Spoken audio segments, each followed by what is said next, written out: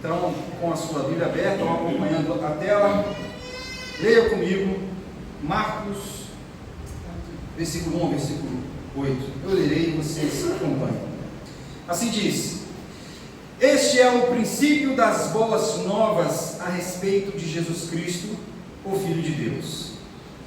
Iniciou-se como o profeta Isaías escreveu: envio meu mensageiro adiante de ti, e ele preparará teu caminho.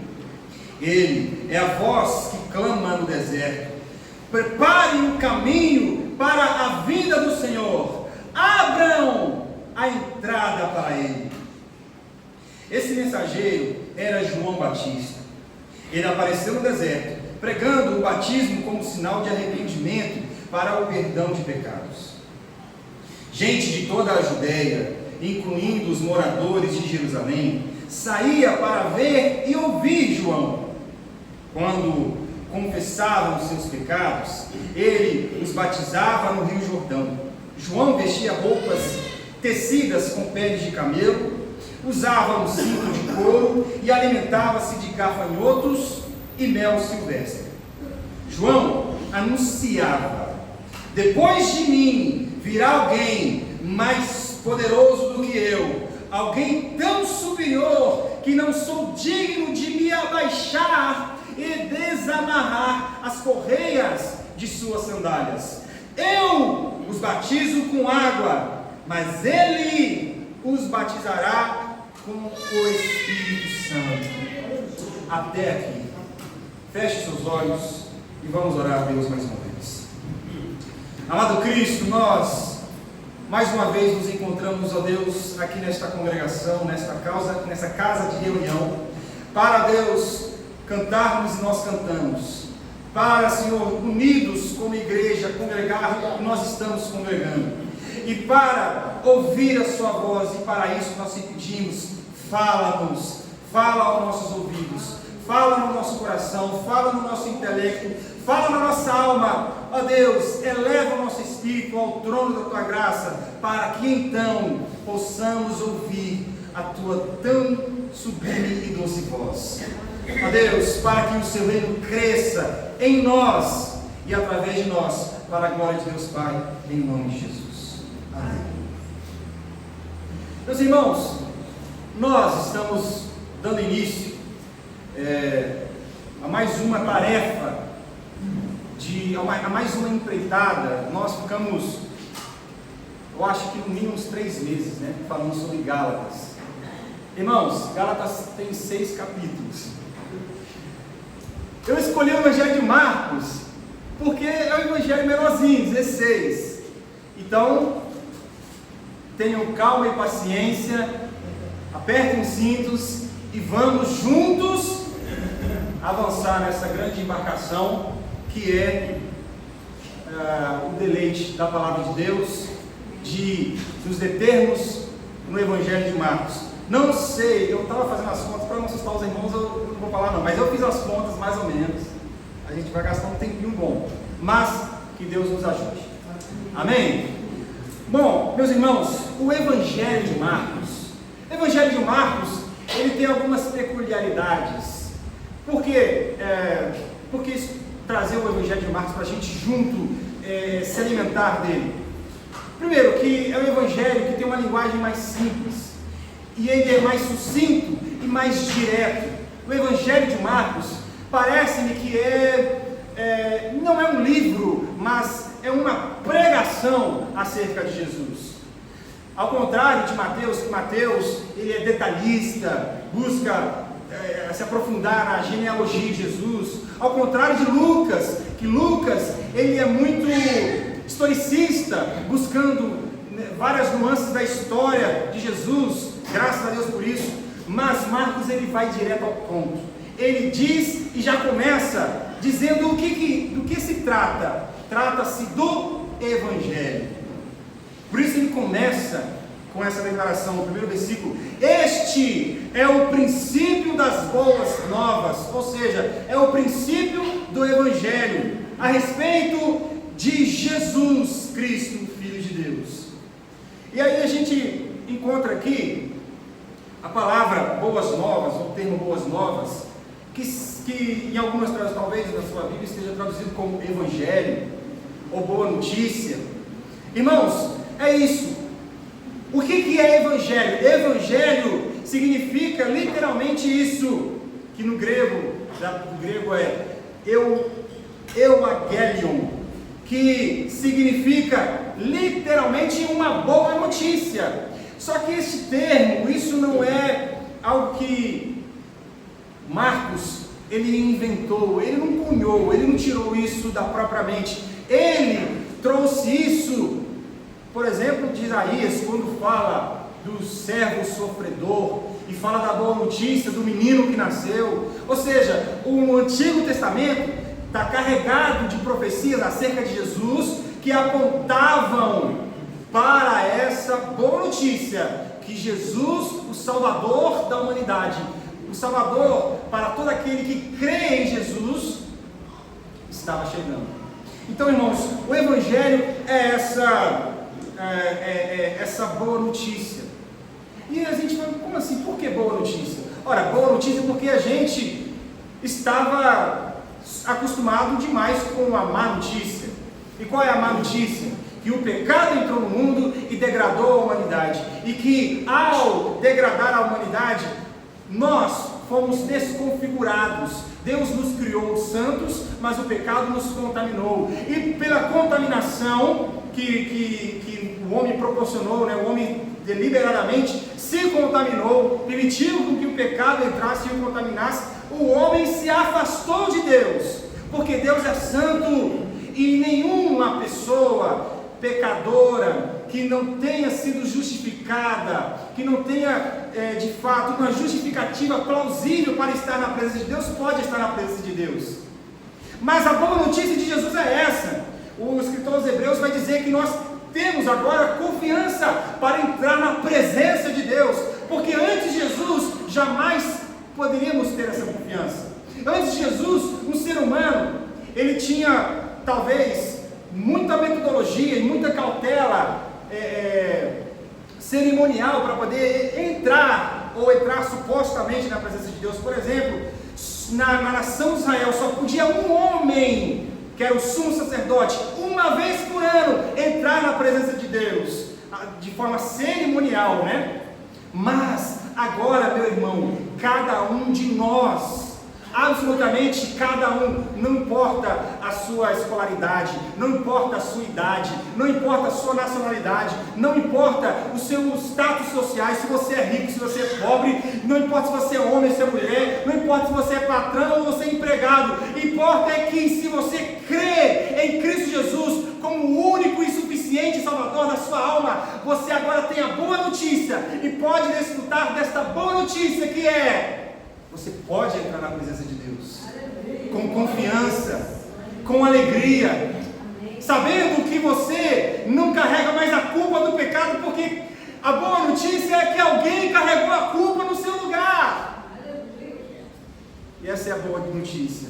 E é maravilhoso Marcos começar, porque ele já escreve dizendo o que ele quer escrever. Olha, eu quero falar do Evangelho, e esse Evangelho é uma pessoa, e esse Evangelho é uma pessoa muito bem definida. Veja, porque ele diz, este é o Evangelho. Talvez ele estava... Irmãos, esse Evangelho de Marcos foi o primeiro Evangelho a ser escrito. Mateus e João, Mateus, Lucas, talvez João também, puderam tirar muitas referências deste livro de Marcos para escrever os seus. Esse foi o primeiro a ser escrito.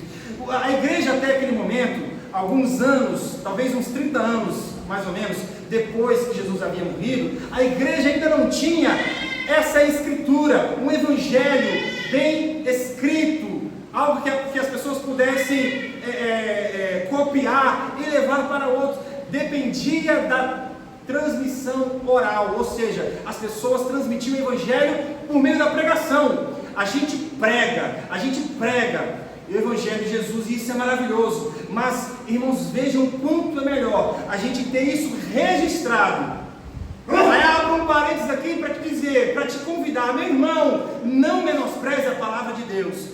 O próprio Samuel, pela manhã, quando estava dando aula na escola dominical, enfatizou que muitas pessoas sofreram e deram sangue de Jesus, o sangue, a própria vida, para que pudéssemos ter a compilação dessa palavra.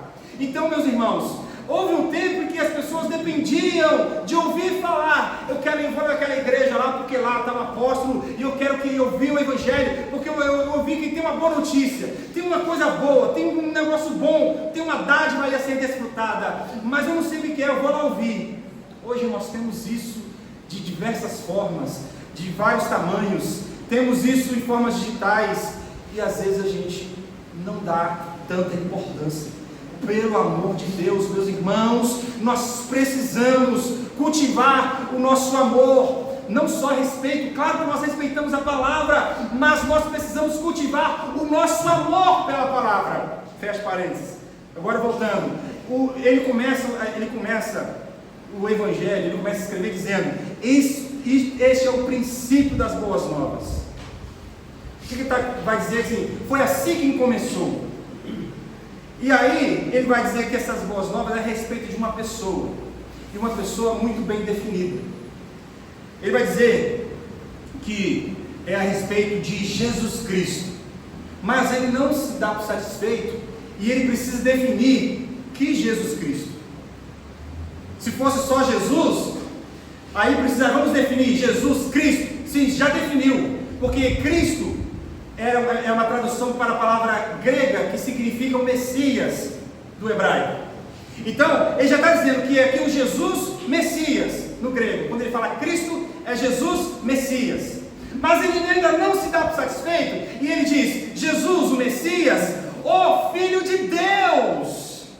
Porque aí não tem quem possa usurpar este lugar, não tem quem possa roubar este lugar de Jesus Cristo, o Messias, o Filho de Deus, pertence somente a quem realmente é o Filho de Deus, a Jesus Cristo.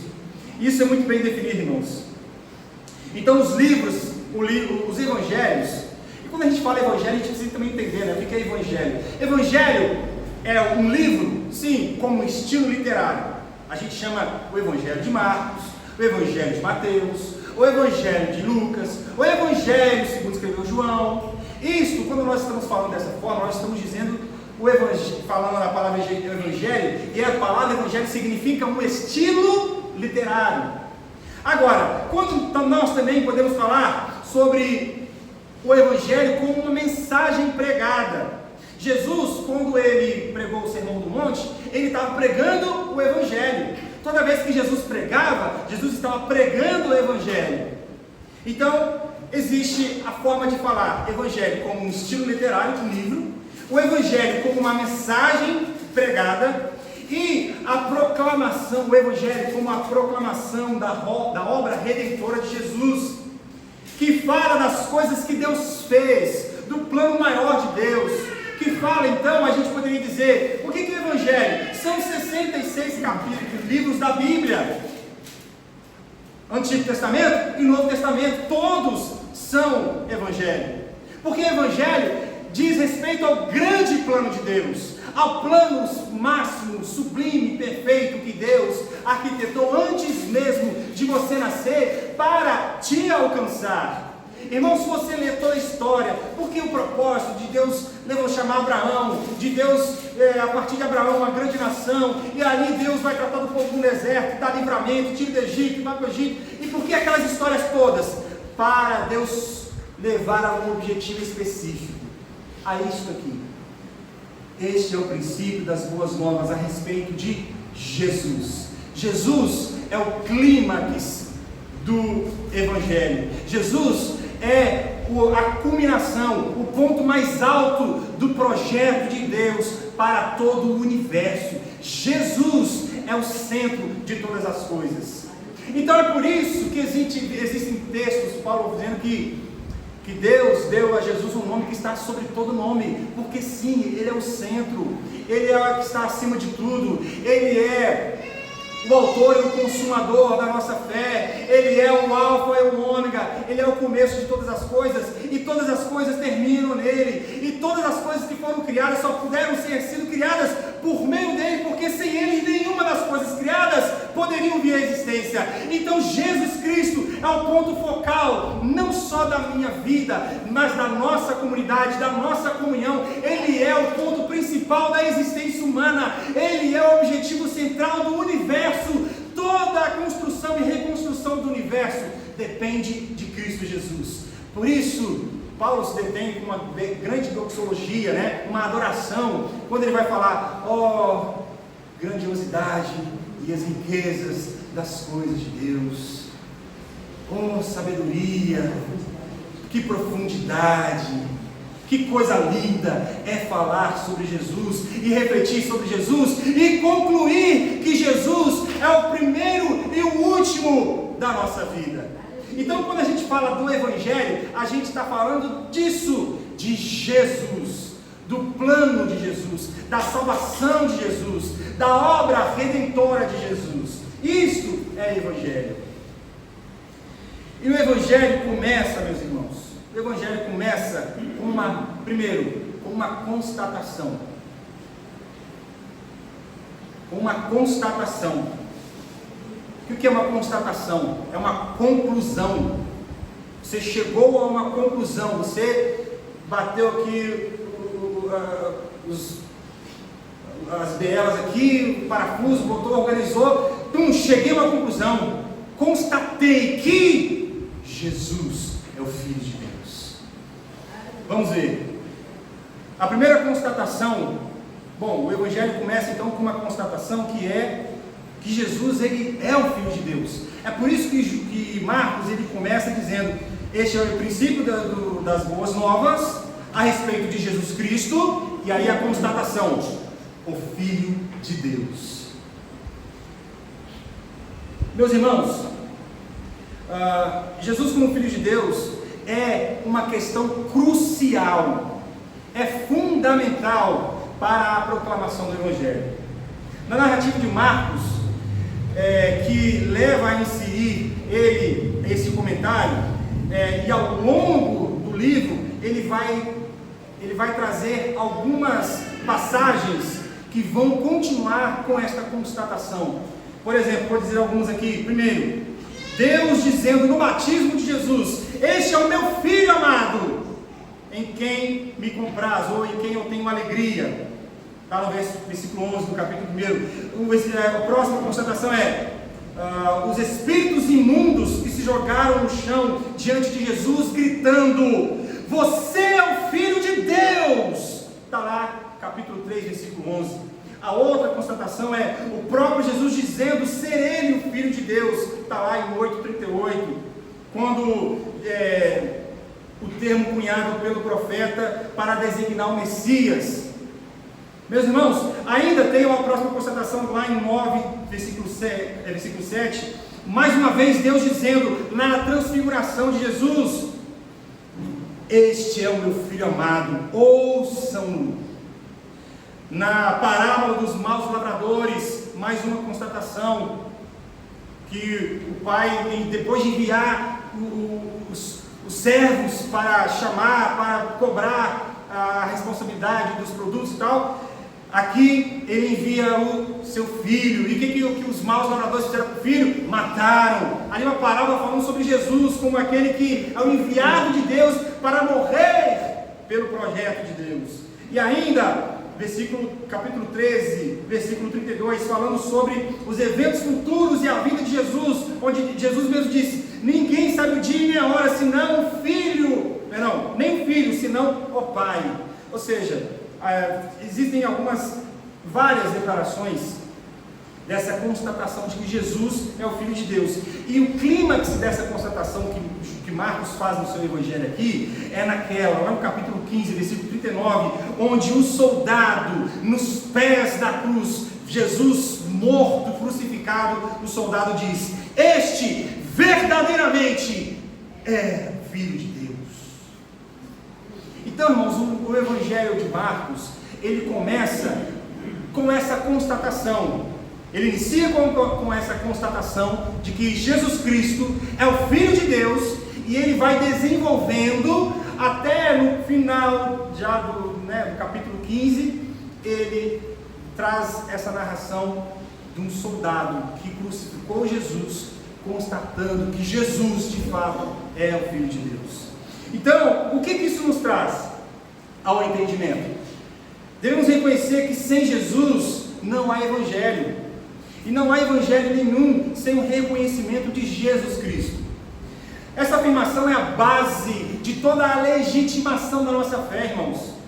A gente pode se reunir, a gente pode cantar, a gente pode fazer aqui obras sociais, a gente pode viver uma vida longe dos vícios, a gente pode viver uma vida moralmente e eticamente boa, mas se a gente não tiver na nossa mente e no nosso coração esta constatação de que Jesus é o Filho de Deus, de nada adiantará a nossa reunião, de nada adiantará as nossas boas obras, de nada adiantará a gente dizer que somos igreja, se nós não somos igreja em função de Jesus. Jesus, por isso que eu disse, Jesus é o centro, Jesus é o primeiro e o último, a nossa fé começa e termina em Jesus. Jesus como Filho de Deus, deve ser a constatação do início da nossa fé. Muitos antes de Jesus foram crucificados. Veja, se fosse só assim, Jesus é o Filho de Deus porque ele foi crucificado. Ora, muitas pessoas antes de Jesus foram crucificadas. Homens foram crucificados antes de Jesus. Mas somente o Filho de Deus crucificado pôde satisfazer a vontade de Deus para a justificação da nossa alma. Irmãos, podia subir na cruz o Papa, podia subir na cruz a Madre de Calcutá, nenhum podia subir o que mais cabe para os romanos, os romanistas, Maria, podia subir a mãe de Jesus, de nada adiantaria, somente o Filho de Deus é suficiente para satisfazer e aplacar a ira de Deus. A gente vai ver isso na semana que vem, mas quando Jesus disse assim, quando Deus disse, para Jesus, este é o meu filho amado em quem eu tenho o meu prazer. Deus está dizendo, este é o meu filho em quem eu me satisfaço, porque homem nenhum é um sacrifício. Homem nenhum pode oferecer sacrifício nenhum que venha me satisfazer. Esses sacrifícios de animais, de bode, de ovelha, de cordeiro, essas coisas que os homens... Eu estou cansado disso. O que me alegra é o sacrifício do meu Filho. Este é o Cordeiro de Deus que tira o pecado do mundo. É por isso que a gente tem que cantar essas coisas. É por isso que a gente não está aqui para cantar. Deus, olha como eu estou sofrendo. Olha como está difícil. Não, esquece a sua dificuldade. Olha para Jesus. Porque quando você olha para Jesus, a sua dificuldade desaparece. Porque quando você olha para Jesus como Filho de Deus, você vê que Ele é suficiente para suprir a sua insuficiência. Somente Jesus é o suficiente para a nossa vida. Essa deve ser a constatação que inaugura a nossa fé. Uma pessoa pode dizer que, mas eu tenho fé em Jesus, mas Jesus não se torna de fato o único e suficiente. E quando eu digo o único, eu estou dizendo, eu não quero mais nada, eu quero agora só Jesus. Veja como que é diferente. Eu tenho fé em Jesus, mas eu continuo com as minhas coisas. Eu tenho fé em Jesus, mas eu continuo com a minha vida antiga. Eu tenho fé em Jesus, mas eu continuo andando em trancos e barrancos. Meu irmão, você precisa entender que se você tem fé em Jesus, Jesus se torna o primeiro e o último na sua vida. Ele se torna o único e o suficiente para a salvação da sua alma. Nada mais importa senão Jesus. Jesus e somente Jesus. Ele é o suficiente. A nossa fé, portanto, começa com essa constatação, em saber e dizer, olha, eu não aceito nada, eu não quero saber de santos, eu não quero saber se pode ser o homem mais perfeito, eu não quero me espelhar em homens, eu quero ser formado à imagem e semelhança de Jesus Cristo, eu quero ser formado na estatura, no tamanho do varão perfeito que é o Filho de Deus, eu quero chegar a ser comparado com Deus, com Jesus, porque quanto mais eu me aproximo de Jesus, mais eu deixo para trás a minha natureza pecaminosa. Quanto mais eu me aproximo de Jesus, mais eu me aproximo de Deus, porque Jesus é o Filho de Deus.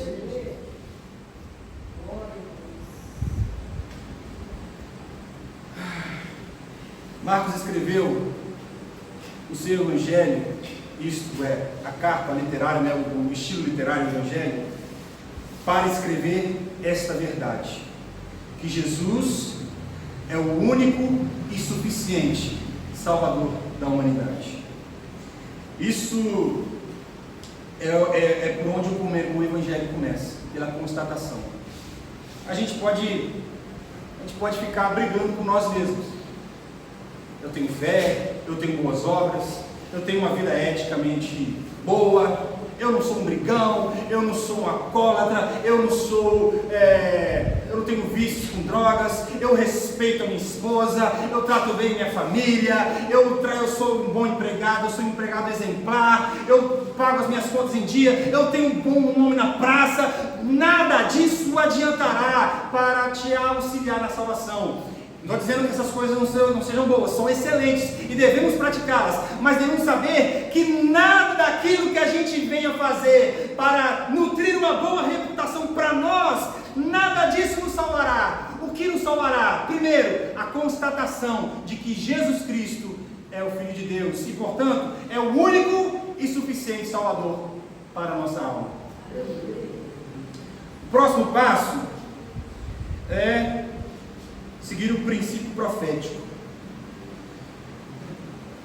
João Marcos, João Marcos, né? João Marcos, porque João Marcos, por curiosidade, aqui esse escritor ele também era chamado de João Marcos, que a gente vê isso lá em Atos dos Apóstolos, quando falar de João Marcos, o primo de Barnabé. É o mesmo escritor, tá? É a mesma pessoa. João Marcos lá de Atos é o autor aqui deste evangelho. Irmãos, agora o evangelho ele passa pela constatação e ele passa pelo princípio profético. Veja, ainda no versículo 1 e 2, este é o princípio das boas novas a respeito de Jesus Cristo, o Filho de Deus. Ponto. Aí a constatação. E começa como? Olha, começa cumprindo a profecia. Versículo 2, iniciou-se como o profeta Isaías escreveu. E aí ele vai citar aqui a parte B do versículo 2 e o versículo 3. Só que aí, só um parênteses aqui com curiosidade de informação para vocês. Alguns críticos da Bíblia vão dizer assim: tá vendo aqui? Está aqui, ó. A Bíblia se contradiz. Porque aqui, ó, versículo 2, parte B, não é Isaías. Isaías é o versículo 3. Porque isso aqui do versículo 2, parte B, é Malaquias. Ué, então tem alguma coisa errada aqui? Irmãos, veja, a Bíblia não se contradiz, mesmo quando tem um erro do homem. Quem escreveu aqui foi um homem que era sujeito a falha, como eu e você. Ele teve na memória, olha, a profecia, ele está começando a falar, esse é o Evangelho de Jesus, o Filho de Deus, que iniciou com o profeta Isaías. O que o profeta Isaías falou? Aí vem na mente de Marcos: envio o meu mensageiro adiante de ti, e ele preparará o teu caminho. Ele citou Malaquias, falando como se fosse Isaías. Mas tem erro nisso? Olha, é um erro técnico do autor, mas não contradiz a profecia, porque o Evangelho não se prejudica por isso, porque ele está dizendo que aqui o Evangelho está sendo cumprido, a profecia é cumprida. Obviamente, né, ele não tinha o chat GPT, coitado, para poder ajudar ele nas referências. Isso eu entendo, Marcos, aqui. Mas, meus irmãos, vejam, ele diz: eu envio o meu mensageiro adiante de ti, e ele preparará teu caminho. Ele é uma voz que clama no deserto: preparem o caminho para a vida do Senhor, abram a estrada para ele. Veja, havia essa profecia que apontava para o ministério de Jesus, mas havia alguém que iria preparar o caminho para o Messias, João o Batista. Então, irmãos, nós pregamos uma mensagem, mas essa mensagem não pode ser desvinculada da pessoa, pois essa mensagem é a própria pessoa de Jesus. O cristão deve pregar a mensagem de Jesus, e deve pregar isso pregando o próprio Jesus, em vez de escolher uma ou outra opção. Isso implica em duas coisas: temos um relacionamento com a pessoa viva e relacional de Jesus, e segundo, cultivar um compromisso com a pregação da mensagem de Jesus. Quando nós nos comprometemos com o Evangelho, nós nos comprometemos com uma pessoa, isto é, Jesus. Por quê? Porque Deus se comprometeu conosco e Ele fez promessas e entregou profecias. E Deus, como Ele não é o homem para mentir, nem filho do homem para que não venha cumprir as coisas que Ele prometeu, ou seja, Deus, Ele se comprometeu conosco, nos dando promessas e cumprindo as suas profecias. Então a gente precisa também nos comprometermos com a pessoa de Jesus e nos comprometermos com a mensagem de Jesus, porque nós não podemos pensar em coisas distintas aqui. Eu não estou falando de duas coisas, eu estou falando de uma coisa só. A mensagem e a pessoa são o mesmo. A mensagem de Jesus Cristo é a pessoa de Jesus. Nós não podemos pegar a mensagem e rejeitar Jesus. Nós não podemos pegar Jesus e rejeitar a mensagem. Você já percebeu, você já viu alguém fazer isso? Eu vejo muitos artistas fazendo isso. Não, eu até gosto de Jesus, mas ele tem algumas ideias boas, mas tem algumas coisas que eu tenho que ultrapassar. Então a gente pode ficar mais ou menos aí. Mas Jesus, ó, gente boa, Jesus é um cara, sabe? Irmãos, não se aceita Jesus sem aceitar a mensagem, e não se aceita a mensagem sem aceitar a pessoa de Jesus, porque Jesus é a mensagem, Jesus é a mensagem encarnada, Jesus, Ele é a materialização da mensagem, da boa notícia, do favor, da dádiva, da misericórdia, da graça e do amor de Deus para nossas vidas. É Jesus, o Deus, o Filho de Deus encarnado, a grande mensagem que para nós foi despejada como chuva abundante. Nós não podemos rejeitá-la. Nós não rejeitamos a mensagem porque nós não podemos rejeitar Jesus. Não podemos escolher seguir Jesus eticamente sem abraçar juntamente a vida, o amor, a misericórdia, o sacrifício. Já viu isso? Uma pessoa assim que, não, olha, eu acho que Jesus tem umas ideias boas. Jesus tem umas ideias bem legais, sabe? Ele fala uns negócios lá de ética, de moral e tal, eu gosto. Mas o negócio de sacrifício, né? Abrir mão de si mesmo, sabe, tomar a sua cruz, sacrificar para você fazer um serviço para o próximo. Eu prefiro ficar aqui na minha casa, sozinho, Cristo em casa, está tudo certo. Irmãos, não se segue Jesus sem estar no povo de Deus, na igreja de Jesus. Não se segue Jesus apenas aceitando os propósitos éticos, a proposta moralista do Evangelho, e negar o relacionamento com Jesus que envolve sacrifício. A nossa vida com Jesus deve envolver o sacrifício. Qual o sacrifício? De abrir mão de você. Esquece você, deixa você na lixeira, joga fora, esquece a sua natureza pecaminosa, esquece a sua natureza humana, esquece você. O Evangelho, o universo, a sua vida não é sobre você, é sobre Jesus. Então vamos esquecer o eu, para que nós possamos ser nele alguma coisa, não para que nós sejamos, mas para que a glória dele venha a ser refletida e ele venha a ser conhecido. Às vezes a gente quer seguir Jesus e não quer sofrer o ônus do sacrifício, sacrificar a própria carne, a própria vontade. Mas eu quero tanto lá fazer aquilo que eu estou acostumado a fazer. Sabe, aquilo ali, um pecadinho tão pequeno, não vai incomodar ninguém. Eu não estou fazendo mal para ninguém, só para mim mesmo, mas Deus sabe, conhece todas as coisas. Meu irmão, dessa conversa fiada, o inferno está anotado. Tem muita gente que fala assim, não tem nada a ver. Do nada a ver, o inferno está cheio. A gente precisa entender que Jesus Cristo, nós devemos assumir a nossa fé em Jesus por completo, ou nós nos lançamos, mergulhamos de cabeça em Jesus, ou vivamos a nossa vida como a gente está acostumado a viver. Se não for para viver em Jesus, em espírito e em verdade, porque é assim que Deus procura os verdadeiros adoradores, aqueles que o adoram em espírito e em verdade. É no espírito e na prática, não é só no coração, é no espírito que aceitei Jesus, e na verdade, na prática, e não vamos ver. E aí, como é que está a sua vida? Não, minha vida está mais ou menos, né? Às vezes está mais para lá do que para cá. Meu irmão, a nossa vida inteira deve ser mergulhada em Jesus.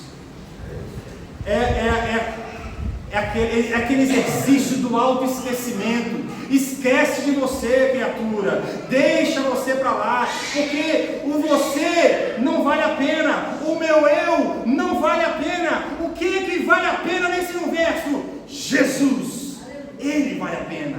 Jesus vale a pena, sabe por quê? Porque Ele foi o único que teve a coragem de subir naquela cruz sem ter culpa nenhuma. Ele foi o único que subiu lá, levou sobre si todos os nossos pecados, todas as nossas dores, todas as nossas enfermidades, todas as nossas mazelas, toda a nossa podridão está lá. E Ele disse: tetelestai, está consumado, está pago. Agora sobre aqueles que estão em Cristo Jesus, nenhuma condenação há, porque estamos em Jesus. Irmãos, é nele que nós adquirimos confiança para viver. Viver neste mundo é andar em corda bamba. Viver neste mundo é andar sem saber, ter a certeza do que será o amanhã. O amanhã pertence a Deus e a nossa vida deve pertencer a Ele também. Por isso nós não podemos perder tempo com nós mesmos, porque o nosso eu não vale a pena. E Marcos, ele segue esse princípio profético para afirmar que a mensagem da vida e da obra de Jesus fora predita. O Evangelho não foi, um improvisar de Deus. Deus não improvisa. Você acha que Deus improvisa alguma coisa? Você acha que alguém pega Deus de surpresa e aí Deus, peraí rapaz, essa aí não estava contando, peraí, deixa eu ir aqui, resolvi. Não, meu irmão, Deus, Ele decreta, Ele elege, Ele escolhe, Ele define, Ele faz tudo como Ele quer, da vontade dEle, porque Ele é Deus. Então, a nossa vida já estava assegurada nele desde antes da eternidade. Antes de nascermos, Deus já havia nos criado no coração de Jesus. Antes de Deus ter criado o universo, Ele já tinha nos escolhido como filhos eleitos de Deus. Então você acha que Jesus não merece toda a nossa entrega? Será que nós estamos fazendo demais quando nós estou entregando meu tudo? Jesus, toma, pronto, olha, fiz demais, hein? Como é que eu sou o cara, estou entregando tudo para Jesus. Gente, eu aqui, entreguei tudo, hein? Quem que vai dar mais? Quem vai dar mais? É um leilão? Não, a nossa vida, o que ela é comparada à vida de Jesus?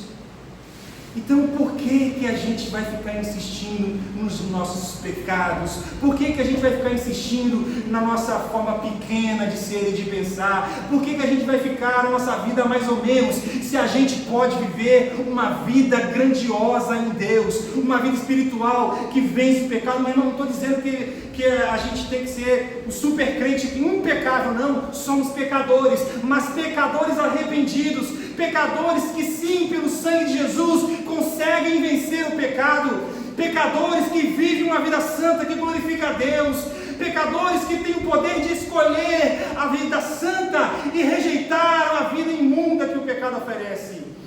Essa é a grandeza de ser um filho de Deus, porque uma pessoa que não é filho de Deus, um ímpio, ele não tem essa opção. Ele vai escolher o quê? Ele é escravo.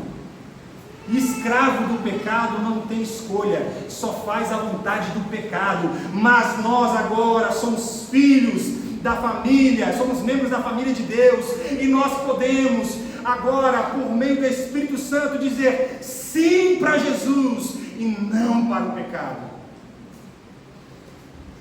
Então, o texto profético mostra que a vida de Jesus não foi uma obra do acaso.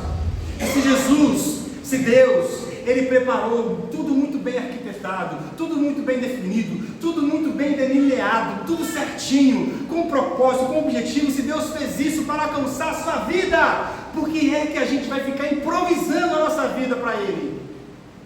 Entreguemos tudo. Que você possa encontrar força, meu querido irmão, em entregar a sua vida por completo. Não reserve nada para você. Não fique tentando improvisar coisas que, olha, eu acho que agora Deus vai se agradar de mim. Olha, eu vou fazer aqui. Irmão, só se entregue por meio da fé. A fé é uma ação de entrega. E por último, o Evangelho é uma anunciação. Como eu disse, o Evangelho, ele começa com uma constatação que Jesus é o único Filho de Deus. Ele passa por um cumprimento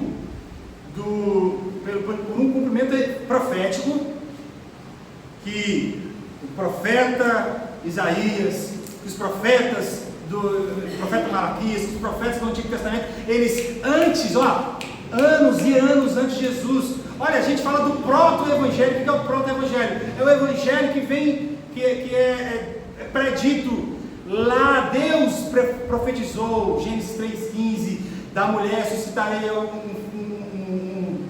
um descendente que pisará na cabeça da serpente. Jesus!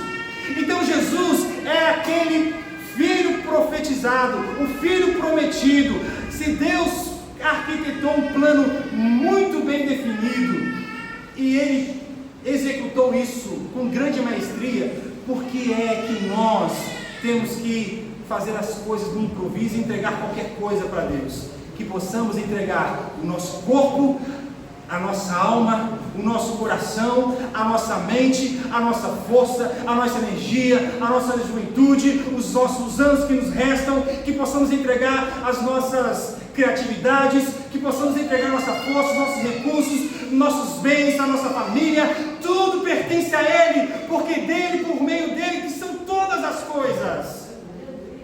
Glória a Jesus eternamente. E por último, o Evangelho é uma anunciação. No versículo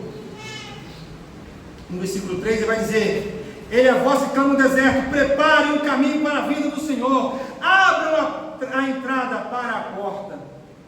A pregação é um modelo estabelecido, meus irmãos, para que a gente prepare este caminho. Obviamente, João Batista, ele pregava, né? Ele anunciava no deserto, anunciava nas multidões, dizendo: está vindo aí, hein? Vocês estão, às vezes, você fica com medo de mim? Vocês acham que eu sou o João Batista, o bravo demais? Vocês vão ver o que é bravo. Aquele que está vindo aí, eu batizo com água, mas ele vai batizar com Espírito e com fogo. Isso aqui já é uma outra pregação. Tem gente que acha que, olha, Senhor, me batiza com fogo. Não, irmão, você está pedindo a condenação, porque Jesus, ele tem o ministério de batizar com Espírito para a vida e com fogo, que é a condenação. Então, veja, Jesus, ele é esse grande anúncio.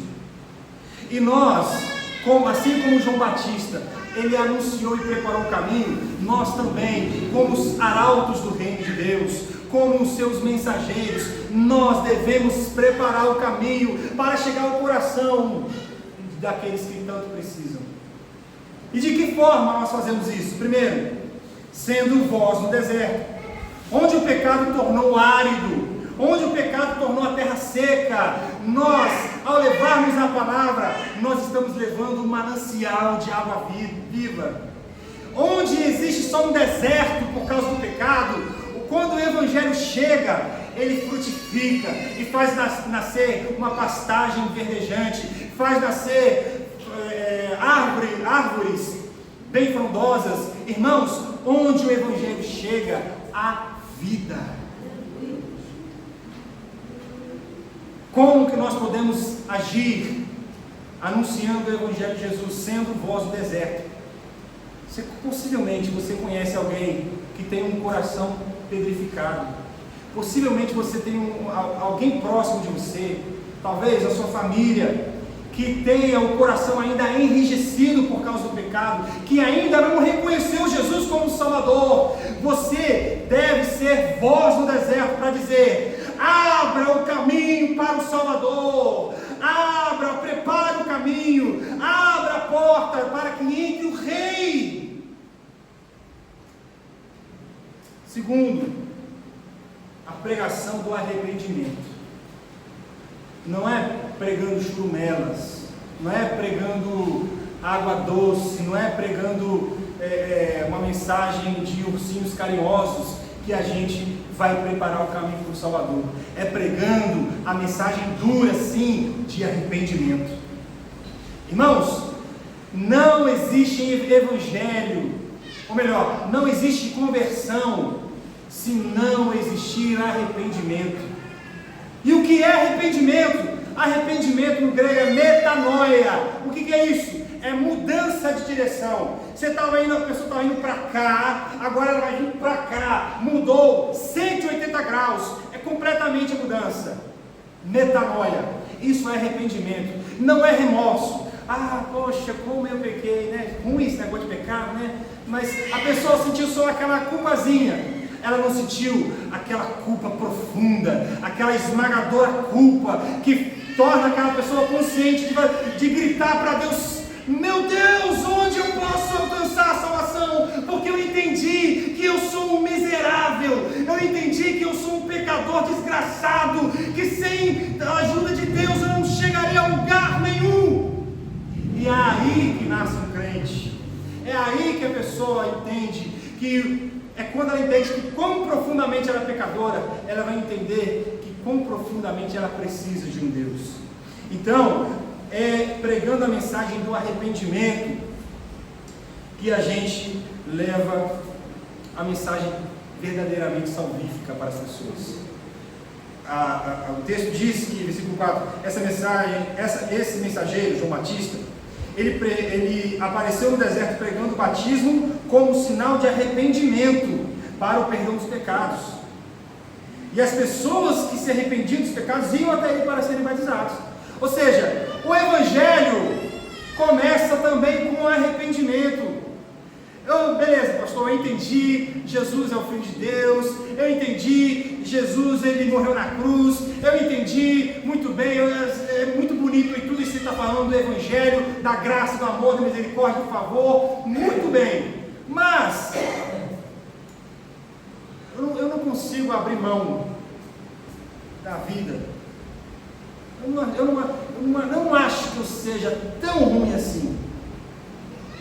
Eu já ouvi pessoas dizerem isso. Não, acho que eu não sou tão ruim assim não. Meu irmão, a pessoa que encontra o Evangelho verdadeiro, ela fala assim: maldito o homem que sou.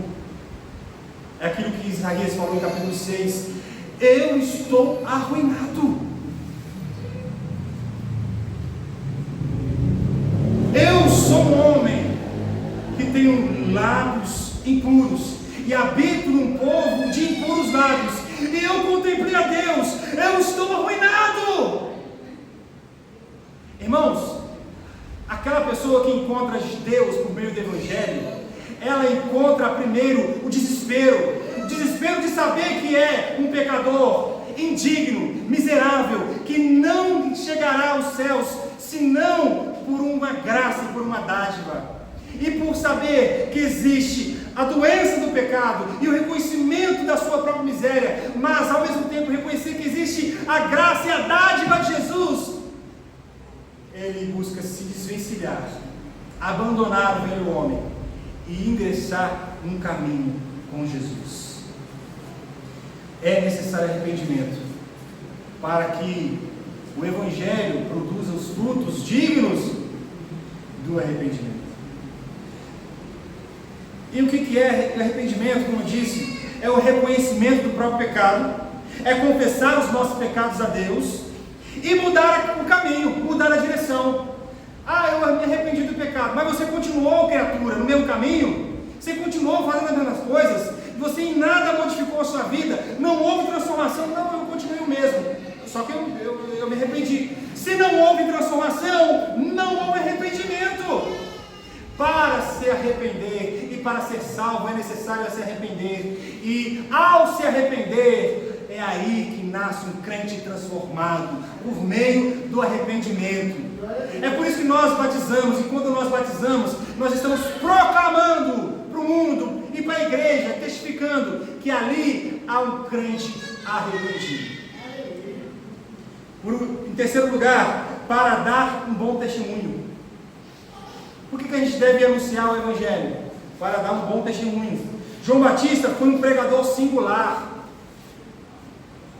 no modo dele de ser, né? O texto fala que ele vestia pele de animal, fala que ele usava um cinto de couro, que se alimentava com gafanhotos e com mel silvestre. Olha que curioso, esse homem tem um gosto bem diferente, né? O que é isso? Era só para ele dizer que ele era um diferentão? Isso aqui é para mostrar que o crente deve ser diferente. O crente deve viver uma vida santa, isto é, separada. Enquanto o mundão está todo mundo lá aglomerado, no mesmo lugar, fazendo as mesmas coisas, usufruindo das imoralidades, das bebedices, dos vícios e das palavras chulas e das coisas feias, enquanto o mundão está lá pintando e bordando, sabe, pecando e pecando e pecando, onde está o crente? No deserto. Como é que ele se veste? Diferente. O que ele come? Coisas diferentes. O que ele faz? Coisas diferentes. Isto é, isso aqui é uma metáfora, irmãos, para poder mostrar, para dizer que aquele que é o mensageiro do Evangelho, aquele que é o pregador do Evangelho, aquele que carrega a bandeira do Evangelho, que carrega a mensagem da cruz, deve ser diferente. Nós não podemos ser parecidos com o mundo. Nós temos a obrigação de sermos diferentes do mundo. Onde? Na nossa forma de vestir, na nossa forma de falar, na nossa forma de nos comportar socialmente, com comida, com bebida, em todos os núcleos e esferas da nossa vida. Devemos ser diferentes. Isso é santidade.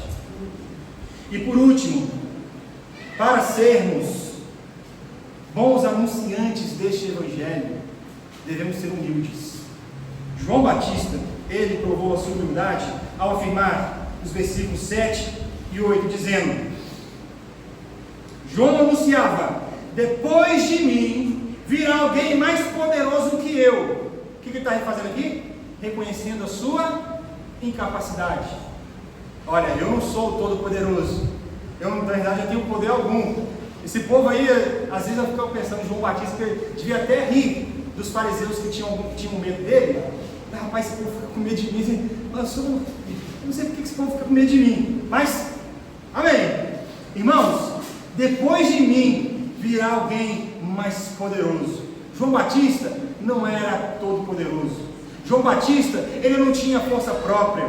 Assim como nós não somos poderosos, assim como nós não temos força própria, nossa força vem do Senhor, a nossa alegria vem do Senhor, o nosso prazer vem do Senhor, a nossa satisfação vem do Senhor, e tudo aquilo que nós temos vem do Senhor.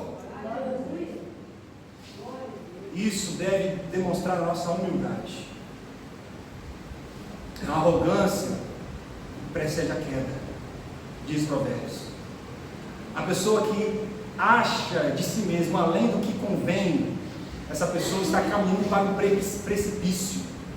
O que é a marca distintiva de um crente? Humildade. Apóstolo Paulo Filipenses disse: sede conforme Jesus Cristo, sede humildes como Jesus Cristo, que se humilhou, que haja em vós o mesmo sentimento que houve em Cristo.